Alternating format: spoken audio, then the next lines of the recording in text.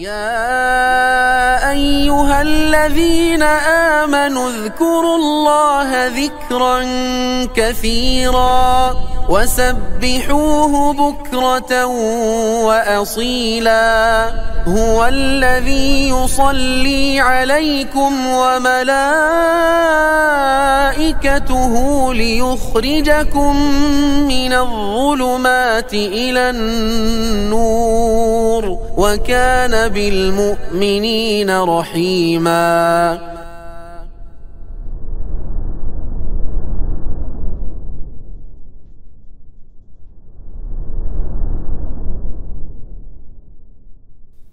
بسم الله الرحمن الرحيم. السلام عليكم ورحمة الله وبركاته. إن الحمد لله نحمده ونستعينه ونستغفره ونعوذ بالله من شرور أنفسنا وسيئات أعمالنا من يهده الله فلا مضل له ومن يضلل فلا هادي له أشهد أن لا إله إلا الله وحده لا شريك له وأشهد أن محمدا عبده ورسوله لا نبي بعده. يا أيها الذين آمنوا اتقوا الله حق تقاته ولا تموتن إلا وأنتم مسلمون. يا أيها الناس اتقوا ربكم الذي خلقكم من نفس واحدة وخلق منها زوجها وبث منهما رجالا كثيرا ونساء واتقوا الله الذي تساءلون به والأرحام إن الله كان عليكم رقيبا. يا أيها الذين آمنوا اتقوا الله وقولوا قولا سديدا يصلح لكم أعمالكم ويغفر لكم ذنوبكم ومن يطع الله ورسوله فقد فاز فوزا عظيما. فإن أصدق الحديث كتاب الله وخير الهدي هدي محمد صلى الله عليه وسلم وشر الأمور محدثاتها وكل محدثة بدعة وكل بدعة ضلالة وكل ضلالة في النار. أما بعد. Setelah kita mungkin libur selama sekali atau mungkin lebih, kita lanjutkan insyaallah kembali pengkajian kitab Mukhtasar Minhaj Al-Qasidin karya Ibnu Qudamah rahimahullah, yang merupakan ringkasan dari kitab Minhaj Al-Qasidin. Dan kitab Minhaj Al-Qasidin itu dikaryakan oleh Ibnul Jauzi, yang mana kitab Minhajul Qasidin itu juga ringkasan dari kitab Ihya Ulumuddin karya Imam Ghazali rahimahumullahu jami'an. Pembahasan kita masih lanjutan tentang masalah tazkiyatun nufus dalam amalan haji atau umrah. Dan kita ulang sedikit tentang masalah sa'i di Safa dan Marwah. Sebenarnya itu sudah kita bahas, tapi kita ulang lagi sedikit bagian akhir dari pembahasan di pertemuan lalu. Dikatakan oleh Ibnu Qudamah Al-Maqdisi rahimahullah, "Idza sa'a baina as-Safa wal Marwati yanbaghi an yumathilaha bi kaffatayil mizan." Jika ia berjalan di antara Safa dan Marwah, hendaknya ia mentamthil atau melambangkan keduanya seperti kedua telinga mizan, kedua telinga timbangan. Yang mana di akhirat nanti akan ada yang namanya al-mizan, yaitu neraca atau timbangan untuk mengukur seberapa berat dan kualitas amalan seorang hamba semuanya. Wa nad'ul mawazina bil qist, yang mana Allah Ta'ala taruh neraca atau timbangan tersebut dengan keadilan. Adapun apa yang ditimbang, maka sebagaimana telah Anda sebutkan sebelumnya, ada terjadi perselisihan di antara ulama, perbedaan pendapat di antara ulama. Yang ditimbang apakah zat orangnya ataukah zat amalannya ataukah zat lembaran atau catatan amalnya, ya, atau pendapat keempat semuanya ditimbang. Jadi apa yang ditimbang di mizan nanti, para ulama berbeda pendapat dan setiap dari pendapat ada dalil masing-masing. Ada yang berpendapat bahwa yang ditimbang adalah zat orangnya ditimbang dengan dalil dari hadis Nabi SAW yang maknanya engkau melihat seseorang memiliki fisik yang besar, gemuk, namun ketika ditimbang di hari akhir itu tidak apa-apa kecuali hanya lebih kurang daripada sayap lalat atau sayap nyamuk. Jadi saking tidak punya amalan. Ya, hadis ini menunjukkan, bagi sebagian ulama menunjukkan bahwasanya zat manusianya pun itu ditimbang. Ya, zat manusianya pun itu ditimbang di mizan atau neraca hari kiamat, dan dari situ terketahui seberapa besar amalan dia. Ini pendapat pertama. Juga hadis berkaitan dengan Abdullah bin Mas'ud radhiyallahu anhu yang suatu ketika beliau disuruh melakukan sesuatu oleh Rasulullah SAW, kemudian beliau berdiri dan agak naik dan angin kemudian berderai dan tampaklah khiffah saqaihi, yaitu tipisnya kedua betis Abdullah bin Mas'ud radhiyallahu anhu. Para sahabat pun beberapa dari mereka menertawai penampakan tersebut, dan Rasulullah SAW mengingkari hal itu, penertawaan itu. Dan Rasulullah SAW mengatakan bahwasanya, menegaskan bahwasanya kedua betis beliau meskipun sekecil itu, setipis itu, namun dia lebih besar daripada gunung Uhud dari segi apa? Timbangan amal. Maka berangkat dari ini sebagian ulama memahami bahwasanya fisik manusia itu juga akan ditimbang, dineracakan, dan akan terbilang nanti seberapa besar atau kecil amalan dari anggota tubuh itu. Ya. Dan hadis-hadis ini sahih. Dan pemahaman ini juga pemahaman yang sahih sebenarnya. Namun ada pemahaman berikutnya, yaitu ya bahwasanya yang ditimbang adalah amalan. Bahwasanya yang ditimbang adalah amalan. Ya bukan lembaran amalan, tapi amalannya ditimbang. Jadi amalan ditumpuk nanti di mizan. Dan ini juga pendapat yang sebenarnya sahih dan berdasarkan dalil. Ya. Di antara dalilnya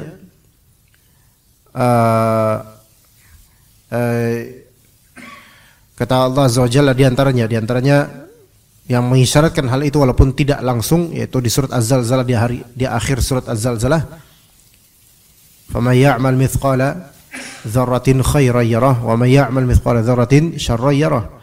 Barang siapa yang beramal sebesar mithqal dzarrah, yaitu sekecil apapun, maka di sini ada mithqal dzarrah, ya menunjukkan dia amalan itu bisa berwujud fisik yang bisa ditimbang pada hari akhir nanti. Maka khairan yarah, kebaikan buat dia sebagai impact dan juga reward atau balasan dan ganjaran untuk memiliki amalan ini. Maka ayat ini mengisyaratkan bahwasanya amalan itu akan di-quantify, akan dikuantitaskan, akan diwujudkan dengan mizan fisik. Wa may ya'mal mithqala dzarratin syarran yarah. Begitu juga dengan amalan keburukan. Maka akan dikuantify, dikuantitaskan dan difisikkan. Ya, kemudian bisa juga di sini mungkin kita bertanya, bagaimana mungkin amalan itu akan bisa berwujud dan berfisik? Dan itu possible. Sebagaimana dalil-dalil menunjukkan itu. Nah, ini mengindikasikan dengan jelas bahwasanya amalan kita itu di alam berikutnya nanti, alam barzakh dan apalagi alam akhirat, itu akan difisikkan dan divisualisasikan. Kemudian dalil-dalil lain, ya dalil-dalil lain seperti bacaan Al-Quran, seperti misalnya baca surat Al-Baqarah, Ali Imran dan menguasai keduanya, maka itu bisa menjadi ghamamatan atau ghayayatan, yaitu bacaan Al-Baqarah kita dan Ali Imran kita itu bisa menjadi penaung. Ghamamah itu seperti kayak mendung, kayak penaung di atas ketika di hari kiamat nanti. Lihat amalan itu bisa nanti diwujudkan berupa suatu fisik material yang konkret di alam nanti. Nah, berangkat dari itu, maka wallahu alam ada posibilitas bahwasanya amalan secara zat akan divisualisasikan, akan dikonkretkan menjadi suatu materi yang konkret dan ditimbang di mizan. Dan ditimbang di mizan, di neraca. Dan itu hak. Dan itu mungkin possible, walaupun mungkin di logika keduniaan kita belum masuk karena kita belum mengalami itu semua.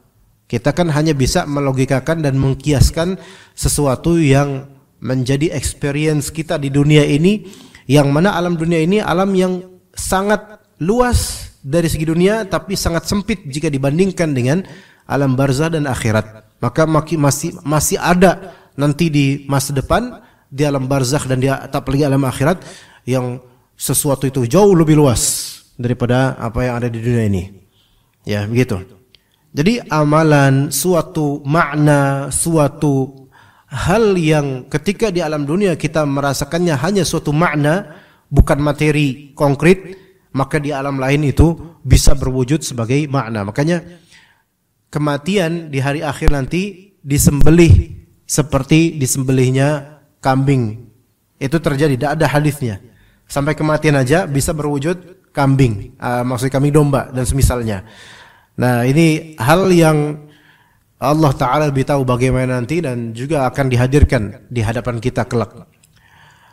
Kemudian itu pendapat kedua. Kemudian pendapat ketiga, bahwasanya yang dimizankan nanti itu adalah lembaran amal atau bitaqat, yaitu suhuf, lembaran amal atau kartu-kartu amalan. Itu sebagaimana hadis bitaqah misalnya, seseorang nanti di hari akhir dia punya dosa yang membumbung tinggi sampai selangit.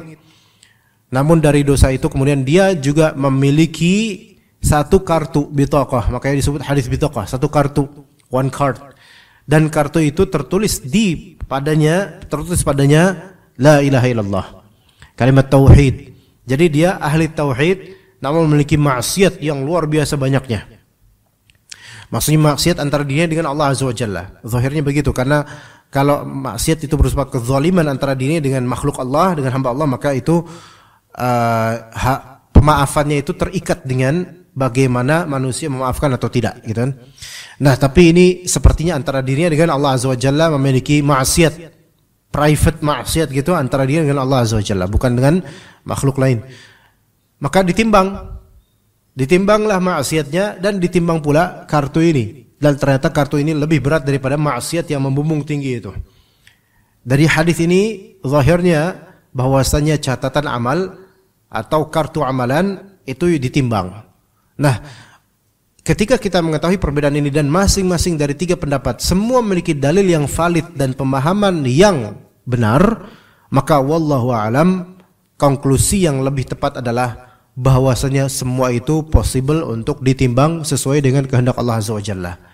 Tapi untuk menta'yin fulan ditimbang zat amalnya saja, atau fulan ditimbang lembarannya saja, atau fulan ditimbang orangnya saja, itu untuk spesifik masing-masing orang kita nggak tahu, nggak bisa menentukan, melainkan semua itu possible. Ya, kalau antum mau lebih detail lagi bagaimana, nanti tunggu di hari kiamat nanti ya, jangan sekarang karena kita belum tahu pastinya gimana. Tapi yang menjadi maklumat bagi kita sekarang bahwasanya semua itu possible ditimbang, dan semua itu hanya berdasarkan dalil, tidak lebih daripada apa yang dibatasi dalil, karena ini hal yang sangat gaib, hal yang gaib secara mutlak. Jin, manusia tidak pernah melihatnya, malaikat itu juga tidak pernah mengetahui exactly detailnya bagaimana, kita hanya dituntun oleh dalil saja. Baik, jadi ketika kita berjalan antara Safa dan Marwah, coba kita lambangkan keduanya seperti mizan, yaitu seperti neraca, yang satunya kiffah, yaitu telinga mizan, misalnya sofa itu amalan kebaikan misalnya, dan satunya misalnya satu kiffah yaitu satu telinga yaitu amalan keburukan. Maka seseorang ketika berjalan di antara Safa dan Marwah, dia kemudian mengingat dosa-dosanya, ya kesalahan-kesalahannya, dan lebih banyak mana, lebih banyak amalan buruknya atau lebih banyak amalan salehnya. Allah Ta'ala katakan dalam surat Al-Qari'ah, ya, faman khaffat mawazinuhu, itu Al-Mu'minun atau Al-Qari'ah? Coba Al-Qari'ah gimana di surat Al-Qari'ah? Al-Qari'ah, wa ma adraka Al-Qari'ah, yauma yakunu an-nasu kal farashil mabthuth wa takunu al-jibalu kal 'ihni al-manfuth fa amma man thaqulat mawazinuhu fa huwa fi 'ishatir radiyah. Barang siapa yang thaqulat mawazinuhu, bagaimana ya siapa yang berat mizannya, yaitu neracanya berat, maksudnya berat ini kebaikannya lebih berat, maka orang ini akan berada nanti di kehidupan yang diridhai. Wa man khaffat mawazinuhu, terus apa? Faulaika wa man khaffat mawazinuhu fa ummuhu hawiyah. Di sini adalah ma'al, yaitu kembalinya nanti. Di sini maksudnya ke tempat kembalinya adalah hawiyah, yaitu wa ma adraka ma hiya, apa itu hawiyah? Narun hamiyah, neraka yang membakar, yang menggoreng, ya. Nah, di sini masalah faman khaffat mawazinuh dan juga khaffat mawazinuh. Mizan ketika thaqulat maka kebaikannya itu lebih berat, maksudnya lebih besar. Mizan ketika khaffat maka berarti ringan kebaikannya, maksudnya kurang berisi, dan lebih berat keburukannya. Maka Syekhul Islam Ibnu Taimiyah rahimahullah mengatakan, seorang yang punya iman ketika ditimbang amalannya dan lebih berat amalan solehnya, lebih banyak amalan solehnya, maka posibilitasnya amalan keburukan itu diampuni oleh Allah Azza wa Jalla. Begitu. Adapun kalau misalnya 50-50 misalnya, ya, atau serupa, sepadan antara amalan buruk dan amalan baik, maka dikembalikan pada Allah dan ada posibilitas Allah Ta'ala mengampuninya. Karena Allah Ta'ala rahim, merahmati orang-orang beriman. Namun ketika orang beriman ternyata khaffat mawazinuh, yaitu ringan atau tidak banyak amalannya, timbangan amalan baiknya itu sedikit sekali sehingga lebih berat amalan buruknya, maka dia akan dibalas keburukannya, dimasukkan ke neraka. Ini yang kata para ulama. Betapa penting juga untuk iktsar al-amal, yaitu memperbanyak amalan. Jadi ulama mereka juga ada pandangan-pandangan mengenai apakah seorang hamba itu layak untuk memproyeksikan dirinya memperbanyak amalan atau cukup fokus dengan kualitas, gitu loh. Maksudnya, paham nggak maksudnya? Jadi apakah layak seorang hamba punya proyek hidupnya untuk amalan itu kudu banyak, atau dia nggak usah terlalu banyak, yang penting kualitasnya? Ini suatu pertanyaan. Ya, jadi kadang gini, kita melihat orang yang dikit-dikit beramal gitu. Kita kan, mas, yang penting itu kualitas, bukan kuantitas. Kadang kita berpikir gitu, ya. Karena kalau kualitas itu terjaga, maka mau sedikit itu insya Allah tetap akan dijaga oleh Allah. Adapun kalau banyak-banyakan tapi kualitasnya kurang, maka nggak dijaga oleh Allah. Nah, tapi sebenarnya masalah kualitas beramal itu ada poin tersendiri, dan masalah kuantitas amalan diperbanyak itu juga ada bab tersendiri. Nggak bisa dikontradiksikan antara satu dengan lainnya. Orang kalau misalnya dia mau menjaga kualitas amalan, itu bukan berarti dia tidak usah banyak-banyak amal. Karena apa? Karena kita juga dituntut untuk memperbanyak amalan. Dan dicontohkan oleh Nabi SAW untuk memperbanyak amalan. Dimulai dari firman Allah Subhanahu wa Ta'ala di surat Alam nashrah laka sadrak wa wada'na 'anka wizraka alladhi anqadha dhahrak wa rafa'na laka dhikrak. Bukan itu. Iya benar itu. Fa idza Faraghta fansab. Fa idza faraghta fansab. If you have a leisure time, if you have a free time gitu. Kalau misalnya engkau punya waktu kosong, faraghta yaitu engkau telah selesai beramal. Artinya engkau sudah free, idle, tidak ada apa-apa lagi dikerjakan, fansab, maka beramallah. Berarti ini menunjukkan kita itu dituntut untuk meneruskan amalan, dituntut untuk continue, ya, untuk konstan dalam beramal, tidak musiman, terus beramal berikutnya, ya, berarti memproyeksikan untuk terus memelihara kuantitas amalan itu kepentingan tersendiri, dan untuk menjaga kualitas amalan itu juga suatu kepentingan juga gitu loh.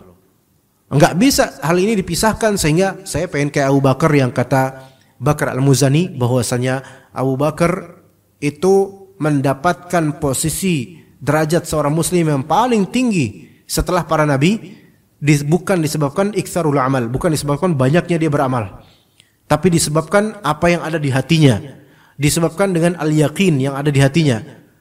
Kalimat ini benar, memang Abu Bakar itu kualitas iman dan tauhidnya dalam beramal itu melampaui para sahabat, apalagi kita gitu kan, nggak ada apa-apanya.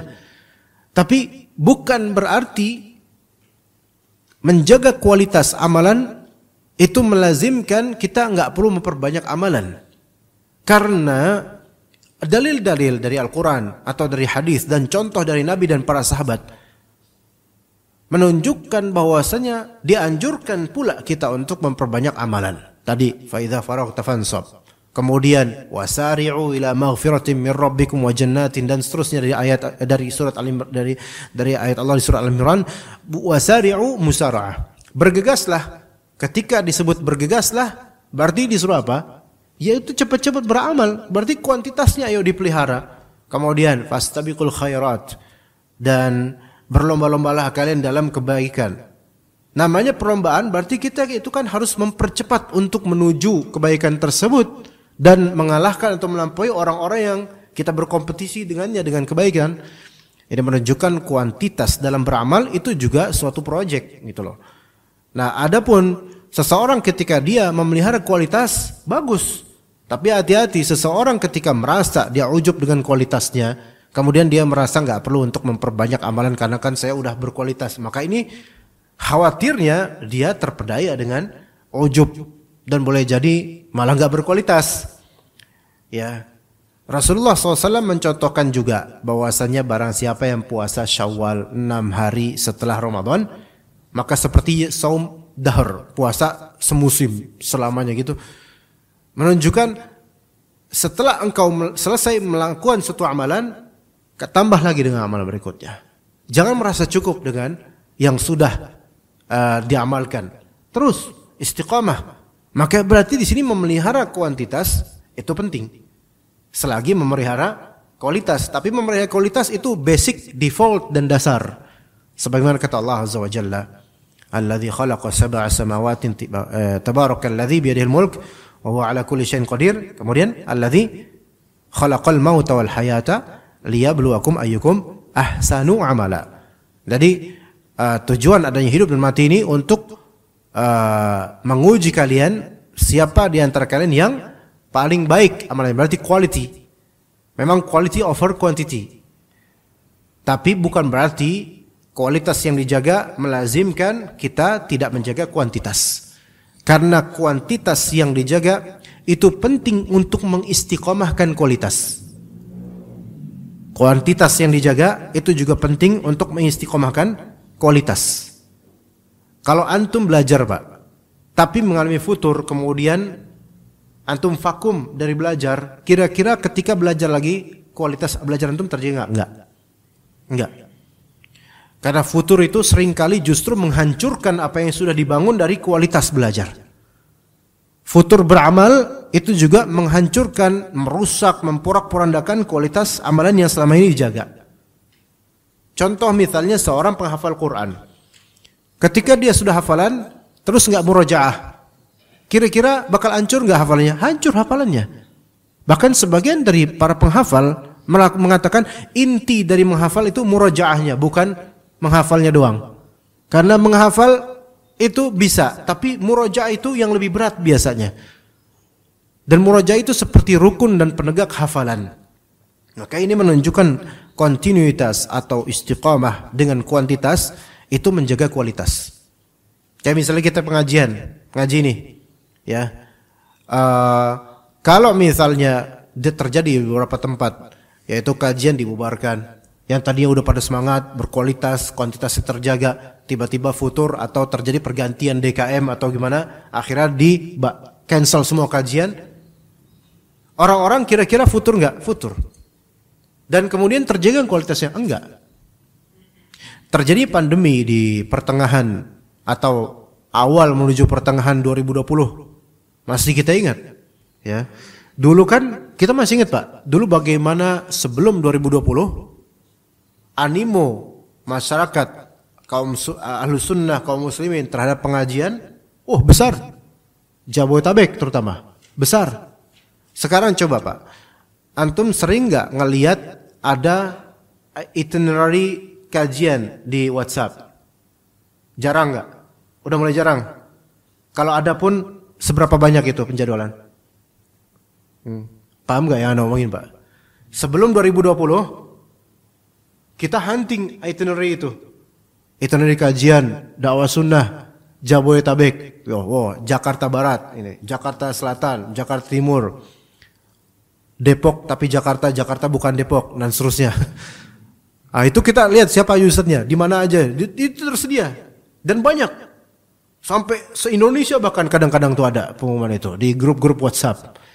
Tapi kalau kita lihat sekarang udah mulai berkurang. Bahkan kita cari-cari nggak ketemu-temu. Ketika kita search di WhatsApp, pekan lalu ini ternyata sekarang nggak ada. Dulu setiap hari, Pak. Nah, ada apa? Karena faktor pandemi. Ketika udah mulai pandemi, semua online. Pada kecantol online, kemudian nggak datang-datang kajian. Akhirnya ya animonya nggak semarak dulu.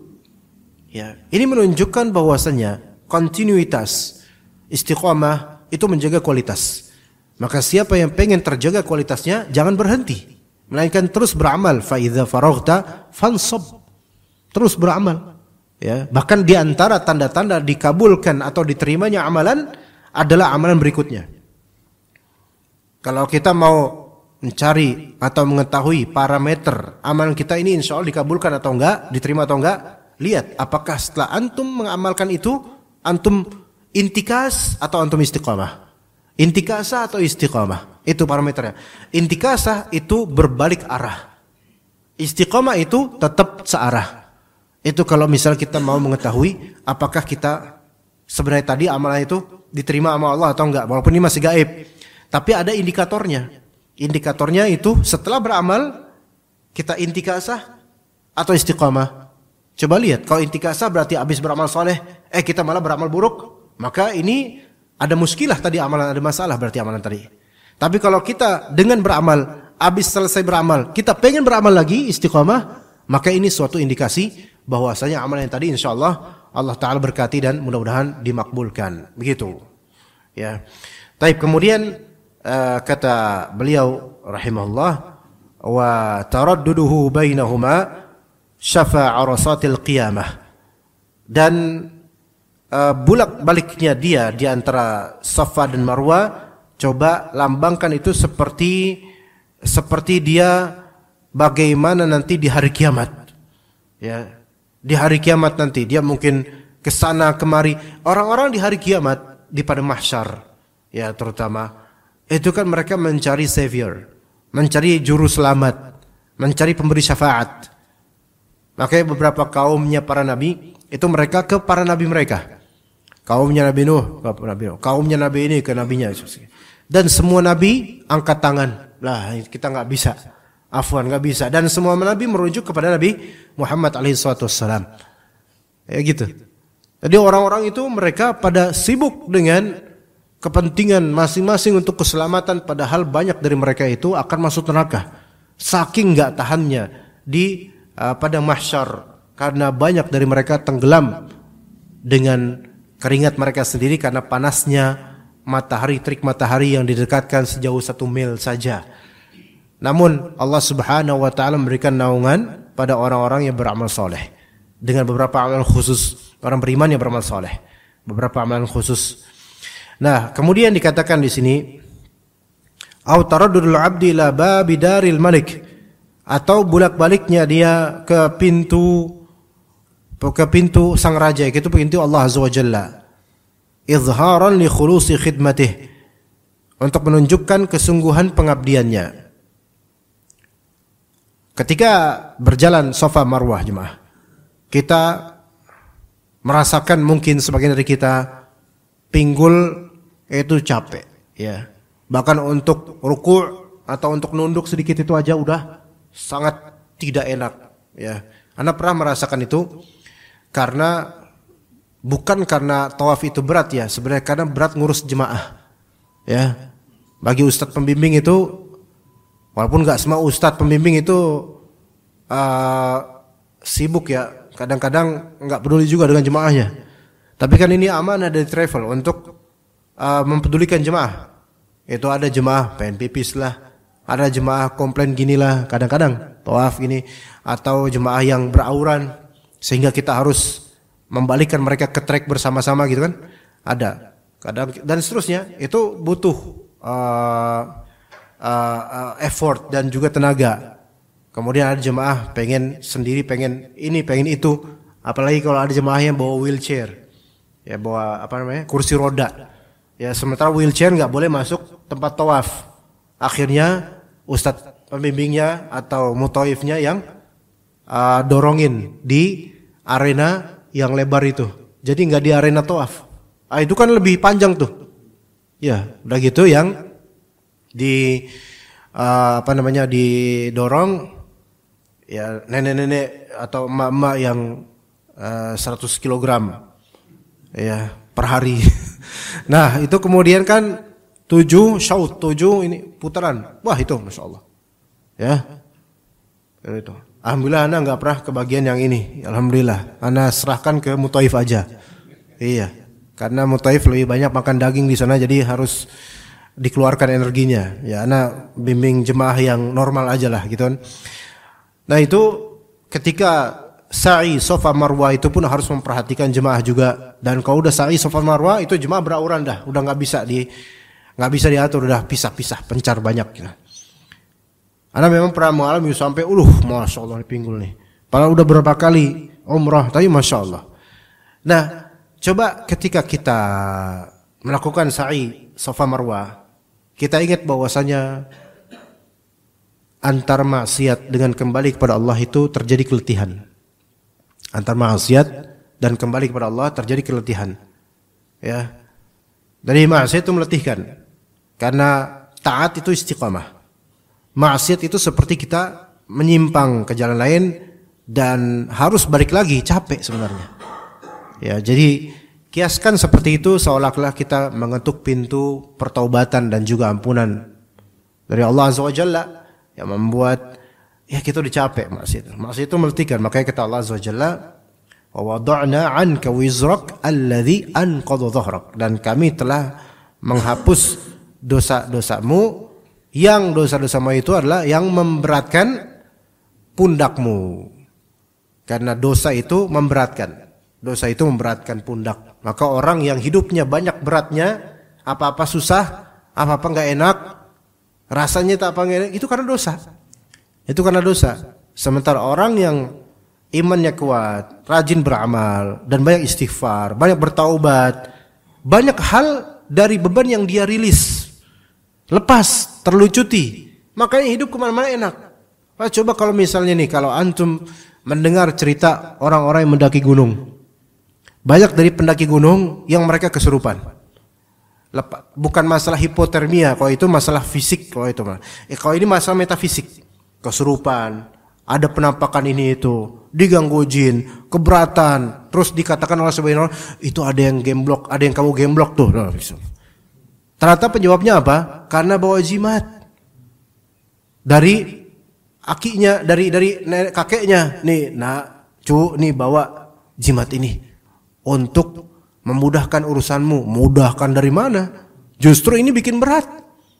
Makanya kisah-kisah tentang yang pendaki di gunung kemudian diganggu setan, itu rata-rata orang-orang yang make. Karena jimat itu ada sisi law of attraction-nya. Apa law of attraction itu? Yaitu ada hukum daya tarik gitu loh jemaah.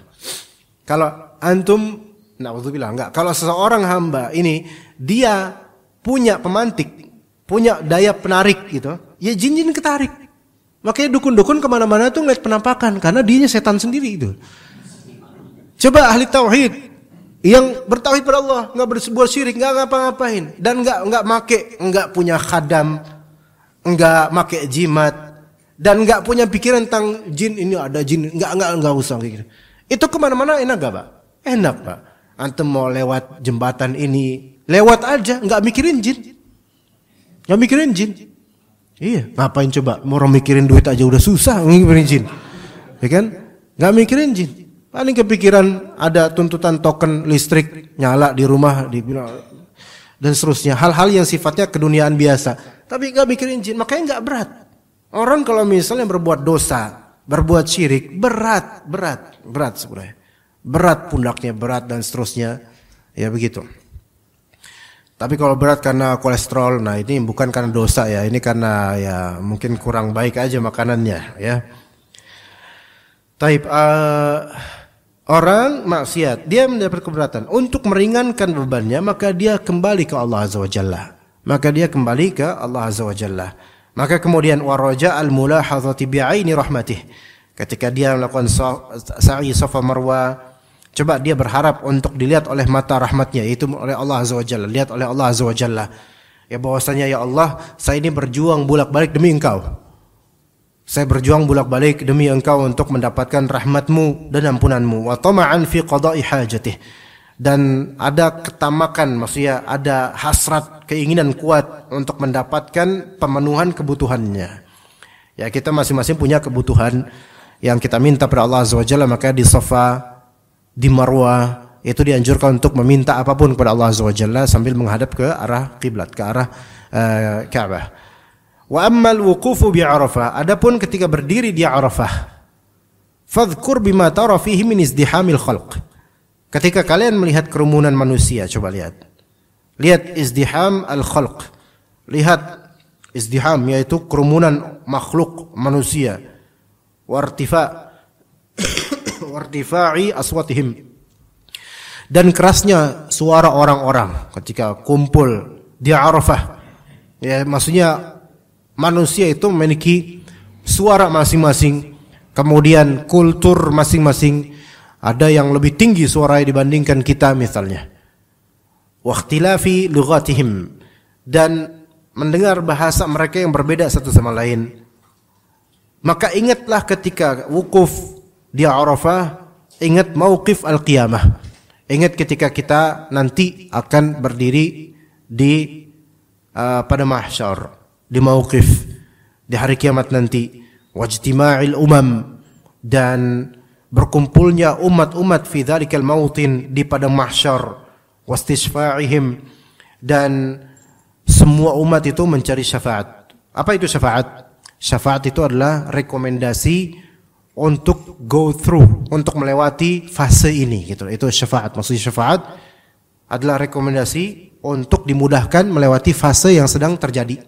Itu maksud dari syafaat kalau pakai bahasa logika kita.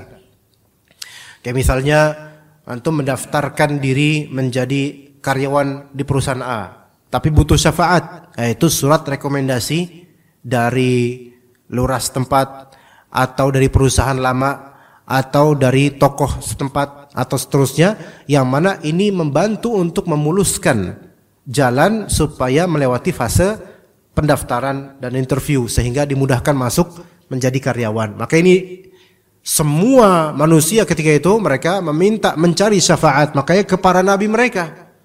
Ya, kepada nabi mereka. Namun para nabi angkat tangan dan mengarahkan bahwasanya Nabi Muhammad SAW lah yang akan diberikan mandat untuk memberi syafaat, yang disebut asy-syafa'ah al-uzma, yaitu syafaat the biggest, yaitu paling tingginya, paling besarnya syafaat yang ada pada Nabi SAW, yaitu semua jin dan manusia diberikan syafaat untuk melanjutkan fase menuju yaum al-hisab, menuju hari diperhitungkan amalan.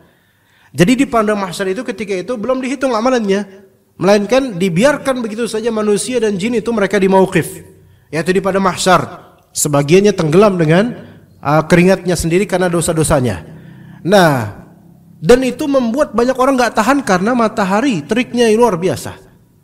Orang-orang kafir dan orang-orang mujrimun, penjahat-penjahat, mereka tidak tahu bahwa fase berikutnya itu lebih buruk lagi kondisi dibandingkan itu. Sampai dalam suatu hadis yang sangat lemah, hadis sangat lemah, sampai ada yang berkata, wahai ya Allah, nggak apa-apa, segerakan saya masuk neraka, yang penting jangan di sini.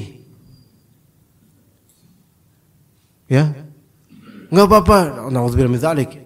Segerakan aja saya ke neraka, yang penting saya nggak di sini, saya nggak tahan. Dia nggak tahu bahwasanya neraka itu puluhan kali lipat lebih buruk daripada itu keadaannya. Ini menunjukkan bahwasanya baru pada mahsyar saja itu sudah banyak orang nggak bisa tahan. Apalagi kalau udah sampai neraka. Nauzubillah min dzalik. Semoga Allah Subhanahu wa taala memaafkan kita semua dan mengampuni kita semua dan menjauhkan kita dari azab neraka. Allahumma amin. Fa idza ramaital jimar, apabila Anda melempar jimar, yaitu melempar batu kerikil-kerikil ketika haji, ya di proses haji. Faqsud bidzalikal inqiyada lil amri wa izharar riq wal ubudiyah. Niatkanlah ketika itu untuk tunduk pada perintah Allah taala tanpa bertanya-tanya kenapa saya harus lempar. Ya, emang ada apa kok dilempar-lempar gitu.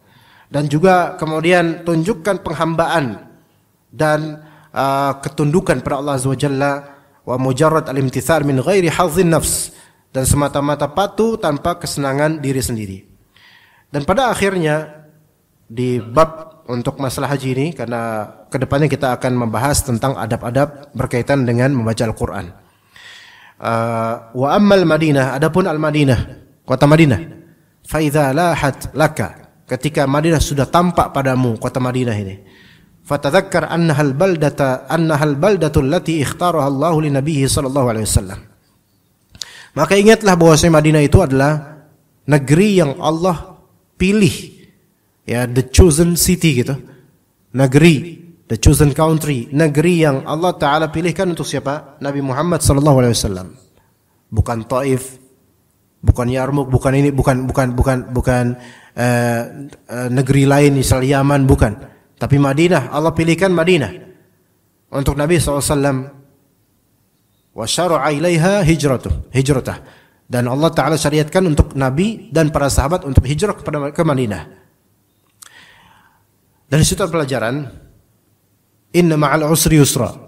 Sesungguhnya bersamaan dengan kesulitan ada kemudahan.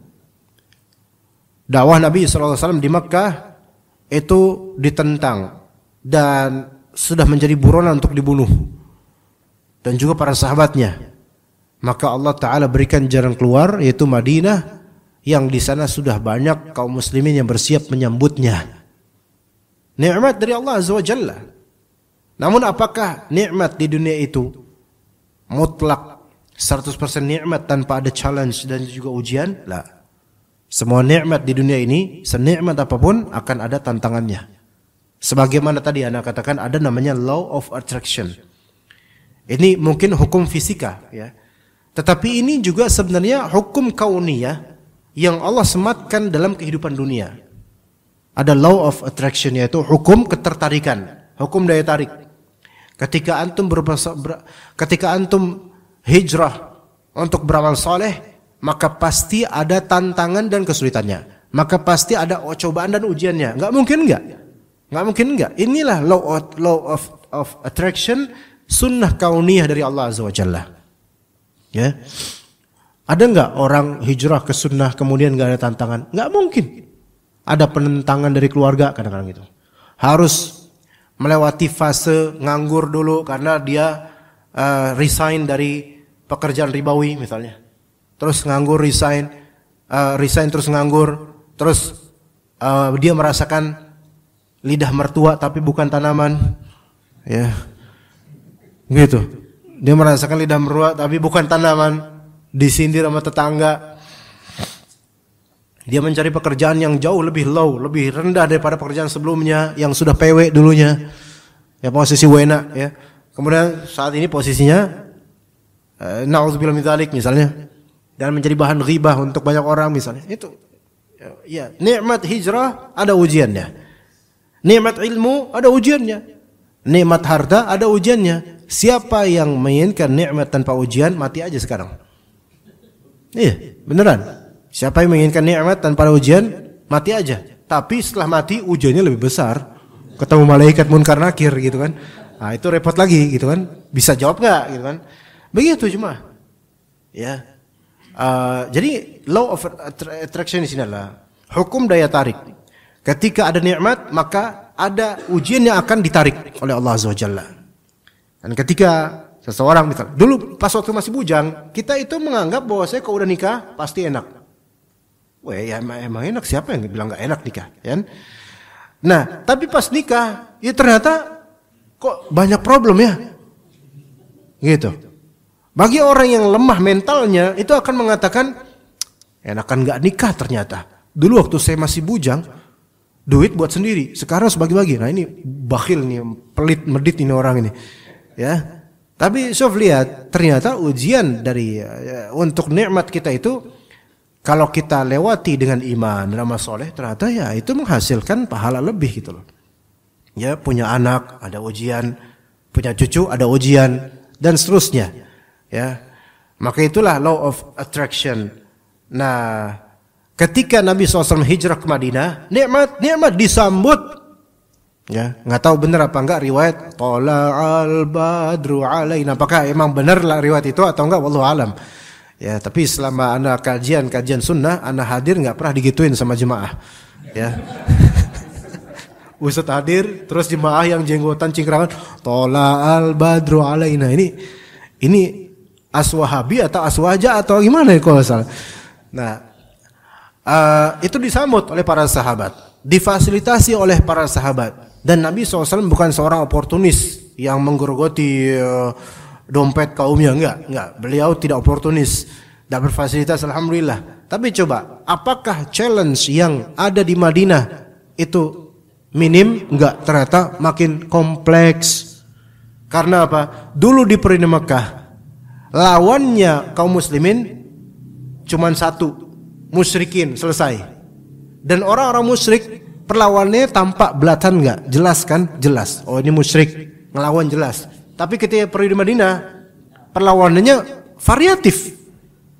Bukan hanya orang musyrik aja, tapi orang munafik dan orang Yahudi, trouble lagi ini. Jadi orang munafik itu perlawannya dari segi internal. Orang Yahudi jelas eksternal kelihatan perlawanannya. Orang musyrik ini yang internal, munafik ini. Sampai ada surat-surat yang khusus tentang orang-orang munafik. Al-Munafiqun contohnya. Surat At-Taubah contohnya. Jadi mendeteksi orang munafik aja itu susah juga gitu loh. Mana yang munafik, mana yang susah juga. Lihat. Jadi tantangannya makin tinggi, kelasnya makin tinggi, higher level gitu. Nah, kita juga seperti itu cuma. Semakin kita kualitas iman dan ilmunya makin tinggi, sebenarnya law of attraction-nya adalah ujian kita ya makin tinggi. Jadi jangan mendesah, jangan kemudian ya nggak enak ya hijrah. Antum aja yang mikir nggak enak. Sebenarnya ini nikmat dari Allah, sekaligus ini ladang pahala dari Allah gitu loh. Jadi ujian itu ladang pahala. Wa ja'ala fiha baitah. Dan Allah jadikan Madinah sebagai rumahnya Nabi ketika itu. Thumma mathil fi nafsika mawadhi'a aqdami Rasulullah SAW inda taraddihi fiha. Kemudian lambangkan dan visualisasikan seolah-olah di benak antum itu merasa tahu ini tempat dulu Rasulullah SAW sering menginjakkan kaki di sini, sering bolak-balik di kaki di Madinah ini, sering bolak-balik di sini. Lalu Rasulullah SAW itu sering berjalan di situ. Ini bukan berarti kemudian kita mengunjungi petilasan, kemudian kita naruh sesajian di situ, bukan. Tapi dalam rangka kita merecap histori yang ada di tanah ini yaitu Madinah dan merasakan bahwasanya perjuangan Nabi SAW untuk kita kaum muslimin itu begitu luar biasa sehingga harus menambah keimanan kita, ketakwaan kita dan kedekatan kita kepada Allah Azza wa Jalla, karena itulah tujuannya. Wa tasawwar khusyu'ahu wa sakinatah. Dan gambarkanlah kekhusyuan Rasulullah dan ketenangan beliau sallallahu alaihi wasallam. Kemudian faidha qasadta ziyaratal qabri fahdzir qalbaka li ta'zimihi wal haibatilah. Ketika engkau bermaksud menziarahi kuburan Nabi sallallahu alaihi wasallam ketika memang udah di Madinah, maka hadirkan di kalbu untuk mengagungkan Nabi SAW dari segi beliau adalah Nabi SAW, bukan mengagungkan dari segi beliau adalah tempat untuk, atau beliau adalah arah doa kita, bukan. Tapi beliau adalah seorang Nabi yang punya jasa besar untuk kita dari segi dakwah dan perjuangan dan kewibawaan beliau. Tapi di sini di poin ini banyak orang bersalah, karena ketika mereka menziarahi kuburan Nabi, mereka meminta sesuatu pada Nabi. Ya, mereka kemudian berlebihan dalam mengagungkan Nabi SAW seolah-olah beliau adalah pihak yang berhak untuk dimintai sesuatu. Wa mathil suratahul karimata fi khayalika wastahzir 'azima martabatihi fi qalbika. Dan visualisasikan di benakmu gambaran mulia beliau, ya, seorang nabi, walaupun kita juga nggak bisa menggambarkan, tapi ada sisi kita itu di kalbu kita dan ingatan kita betapa beliau itu seorang yang agung, pribadi yang tinggi di sisi Allah Azza wa Jalla. Thumma sallim alaih, kemudian salamlah, yaitu ucapkanlah salawat dan salam ketika menziarahi kuburan beliau. Wa'lam annahu alimun bihudurika wa taslimika, ketahuilah bahwasanya Nabi SAW mengetahui kehadiranmu dan mengetahui salawat dan salam padamu, kama warada fil hadis, sebagaimana ada dalam hadis Nabi SAW akan hal itu. Ya, memang ada hadis berkaitan dengan itu, bahwasanya salawat dan salam kalian itu tablughuni, yaitu sampai kepadaku. Namun bagaimana bisa sampai dan bagaimana Rasulullah kok bisa tersibukkan dengan sampainya itu gaib bagi kita. Ingat bahwasanya logika alam barzakh enggak sama dengan logika alam dunia. Logika alam barzakh tidak sama dengan logika alam dunia. Maka ketika itu tidak masuk logika duniawi, maka kita tawakuf dan berhenti untuk menggambarkannya di benak, karena itu tidak masuk di akal dunia kita, dan kita serahkan pada Allah kaifiyah dan tata caranya. Wallahu ta'ala alam. Untuk tema ini selesai insyaallah. Nanti pada pertemuan berikutnya kita akan membahas tentang adab berkaitan dengan Al-Quran. Ya, adab tentang Al-Quran itu mungkin Pak Aldo bisa dicatat untuk pertemuan berikutnya, adab tentang Al-Quran. Ya, semoga kajian ini bermanfaat untuk anak juga untuk sekalian. Barakallahu fikum jami'an. Ada pertanyaan enggak di sini, Pak Jemaah? Ya, Pak, silakan, fadhil. Tolong Pak di ini.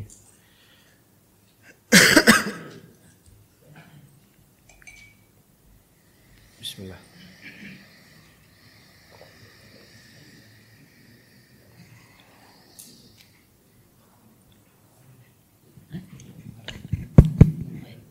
Bismillah.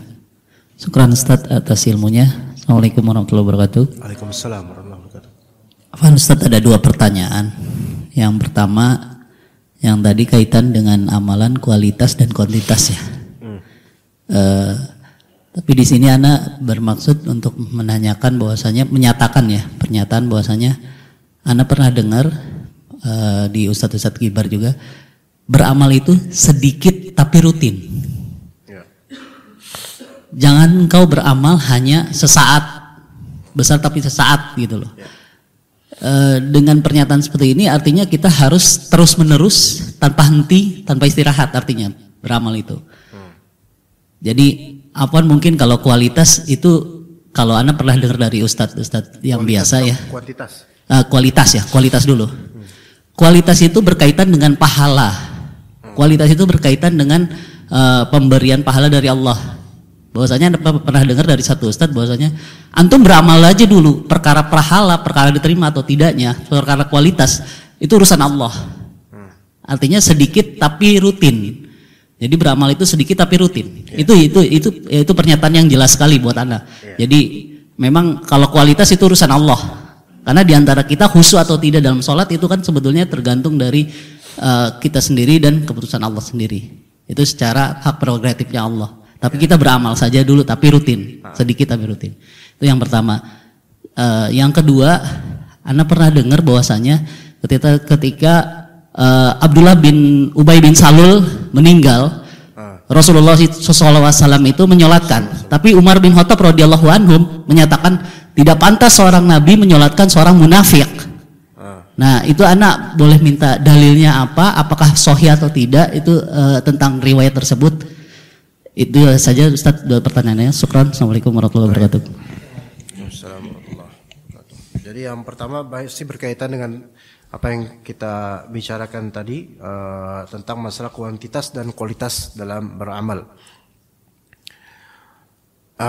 Itu tidak kontradiktif antara adanya anjuran untuk memperbanyak amalan dan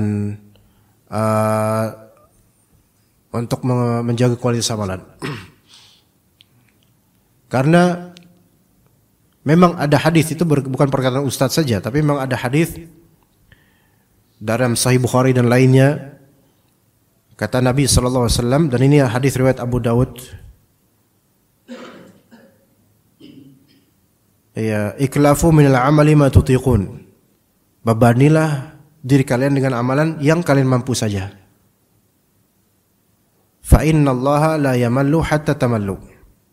Sesungguhnya Allah Subhanahu wa taala tidak bosan sampai kalian sendirilah yang bosan beramal. Wa inna ahabbal amali ila Allahi adwamuhu wa in qalla. Dan sesungguhnya amalan yang paling Allah cintai adalah yang paling continue walaupun sedikit. Nah, di sini ada klausul wa in qalla, walaupun sedikit. Nah, kalau kita pahami baik-baik kalimat Nabi SAW. Nah, amalan yang paling Allah cintai adalah yang istiqomah walaupun sedikit. Lafal walaupun di sini yang harus kita tekankan saat ini. Lafal walaupun sedikit. Berarti kan kalau banyak ya bagus gitu loh. Ngerti nggak ini? Nih, Pak, Mas, kamu nggak apa-apa, sampean nggak apa-apa melakukan ini. Walaupun sedikit, yang penting istiqomah. Kalau bapak itu bilang, gimana Pak kalau misalnya saya banyak beramal? Ya bagus, gitu loh. Paham gak sini? Gimana? Jadi ada adwamuhu wa in qalla. Amal yang paling Allah Ta'ala cintai adalah yang diistiqomahkan, continue, walaupun sedikit. Itu bukan berarti kita bilang udah sedikit aja beramal, yang penting istiqomah. Betul, istiqomah bagus, tapi jangan kita mentarghib atau menganjurkan orang untuk beramal sedikit aja dah. Jangan sampai orang salah paham. Betul, amalan sedikit tapi istiqomah itu bagus sekali. Tapi itu adalah minimalnya predikat seorang hamba gitu loh. Nah, kalau misalnya dia memperbanyak amalan dan istiqomah, itu lebih mantap lagi gitu loh. Ya. Jadi kata Nabi SAW, wa inna ahabbal a'mali ilallahi adwamuhu wa in qalla. Sesungguhnya sebaik-baik amalan di sisi Allah adalah yang paling kontinu walaupun sedikit. Nah, kalau dia banyak amalannya dan kontinu, lebih afdal lagi. Nah, mafhum mukhalafahnya dari sini adalah, pemahaman terbalik eksplisit dari sini adalah, di antaranya, kalau dia amalan banyak namun enggak kontinu, itu enggak benar gitu loh. Jadi parameternya di sini adalah istiqomah. Istiqomah adwam, istiqomah dulu. Dan kalau misalnya Anda hanya bisa istiqomah dengan yang sedikit, itu lebih afdol daripada Anda memproyeksikan proyek yang banyak namun nanti terputus. Istiqomah yang tadi Anda bilang di kajian juga, bahwasanya istiqomah itu menjadi modal untuk menjaga kualitas amalan. Seseorang istiqomah, maka dia akan berkualitas amalannya. Seseorang menerapkan fa idza faraghta fansab, maka akan berkualitas amalannya. Karena seseorang kalau kebanyakan free time, kebanyakan kosong, maka dia akan dikhianati oleh waktunya sendiri. Sebagaimana kata Nabi SAW, ni'matani maghbunun fihima katsirun minan nas. Dua kenikmatan yang banyak orang itu terpedaya dengannya, yaitu as-sihah wal faragh. Masa sehat, nikmat sehat, dan nikmat waktu luang. Nah, maksud dari Iktsar fil amal, memperbanyak amalan adalah fa idza faraghta fansab. Jika ada berluang, beramallah. Jika ada beruang, beramallah. Dan dalam beberapa hadis pun kita itu diperintahkan oleh Nabi SAW dengan lafal memperbanyak amalan. Misalnya kata Nabi SAW, "Aktsiru min dzikri hadimil ladzat." Perbanyaklah oleh kalian untuk mengingat penghancur kelezatan itu, ingat kematian. Ini termasuk amal. Kan kata Nabi, "Aktsiru," perbanyaklah.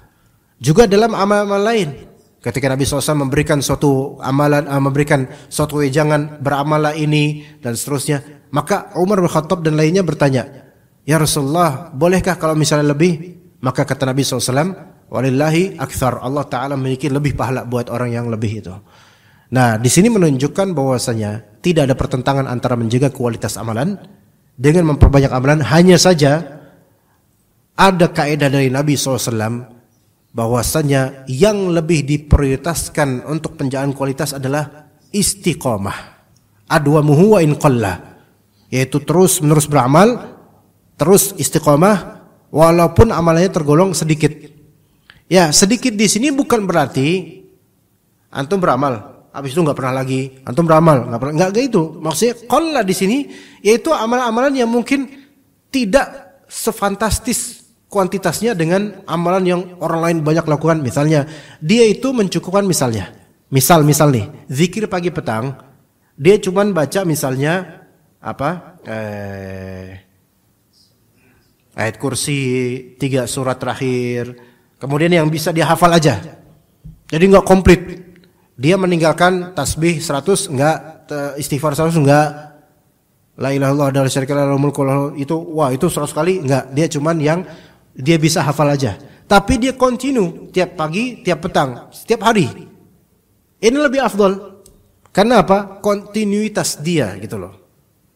Daripada orang yang mungkin zikir pagi, semuanya, alhamdulillah ya bagus. Zikir petang semuanya, tapi besok enggak. Jadi putus-putus, vakum, berapa kali vakum, lebih banyak vakumnya daripada isinya. Nah begitu, jadi enggak ada pertentangan sama sekali. Ya. Dan ketika para ustadz atau para ulama mereka mengatakan bahwasanya antum tuh yang penting istiqomahin aja dulu walaupun sedikit, itu bukan berarti bahwasanya nggak usah banyak-banyak beramal, nggak gitu juga. Tapi orang ketika dia belum bisa banyak beramal, jangan terlalu maksa untuk memperbanyak amalan di luar kebiasaannya, sehingga mulai dulu dari yang sedikit, karena insya Allah dari sedikit itu kalau diistiqomahkan akan berikutnya menambah dengan amal-amal sunnah lainnya.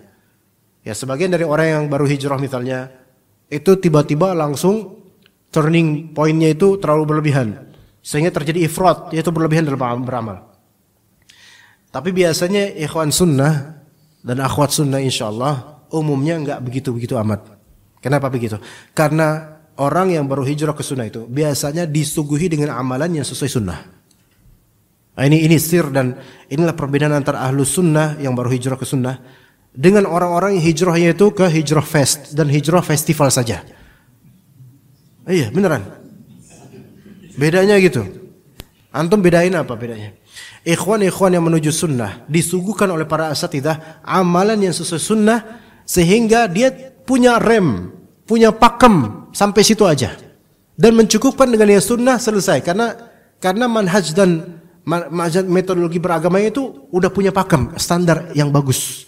Tapi kalau misalnya standar bid'ah, maka akan ada terjadi inovasi tiada henti.